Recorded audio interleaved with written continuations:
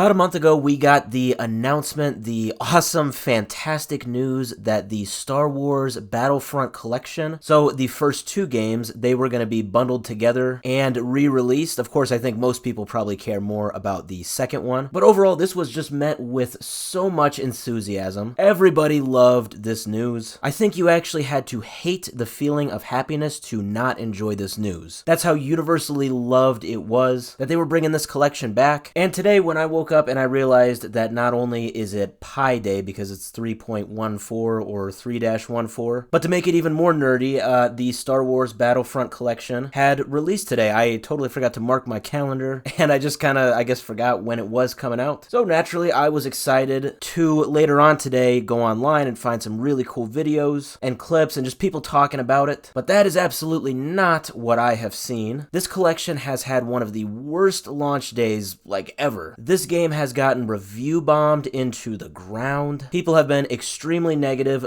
very critical of just everything with the game right now. In a nutshell, people have encountered a ton of bugs, as well as crashes and online server issues. Because of course the main selling point, the main thing that people were probably looking forward to, was actually playing this game online, because I don't think anybody really ever played this game online. I don't think that was a feature back then. So the thought of actually being able to play this over the internet with your buddies was awesome, and unfortunately on day one people were met with just a ton of server errors, making the whole situation irritable, to put it lightly. And I mean, sure, there are some people who are expressing positive reviews, but it is mostly negative right now. I've even seen some people saying they are actually asking for a full refund, and they are returning it, which, come to think of it, I don't even know if you can really do that for digital downloads. That's definitely the norm now. But regardless, I think the most annoying part of this whole thing, from what it sounds like, has been the server issue sort of thing, and basically there's server shortages, I guess. So some game modes, while it should support, I guess, a ton of players, they're only accommodating to a very small number of people. From what I remember as a kid playing this game, and of course I didn't play it online, it was all, with bots in the game, but it was a whole battlefield. It was like, totally crowded in the multiplayer games with a bunch of soldiers and stuff, and of course, when you became the Jedi, it was awesome. You could go around and just attack everybody, and yeah, it just sounds like that is just not the case here. So a map that should be having, I don't know, 64, 70 players on the map at a time, it's like,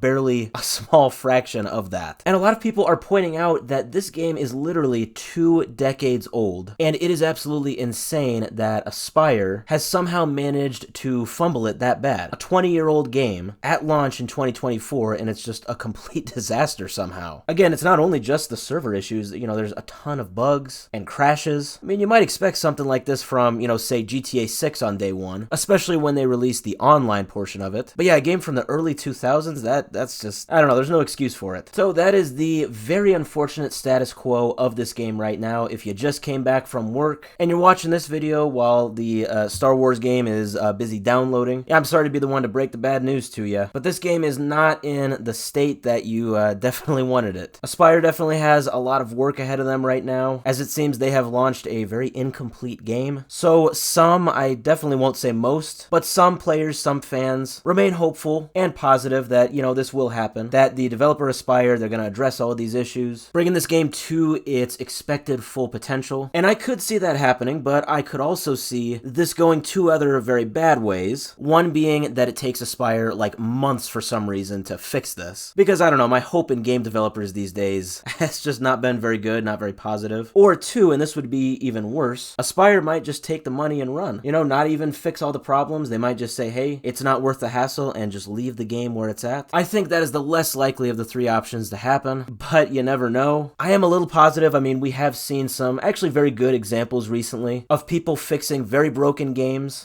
games that are just completely broken at launch that were expected to be very good, and over time, over a few months, they fix it and they make it great. The best example of this in recent years is Cyberpunk. That game had a terrible launch, and the state that it is in now, it's very good. Will the Star Wars Battlefront Classic Collection go that route? I don't know, but I think I speak for everybody, every Star Wars fan, or really just every gamer that wanted this game to be good and was just expecting a very good nostalgia trip. I think I speak for all the people in that boat when I say that I really hope Aspyr can fix this, and more importantly, I hope Aspyr has a plan to fix this. A lot of people are very disappointed right now, so hopefully they can bounce back.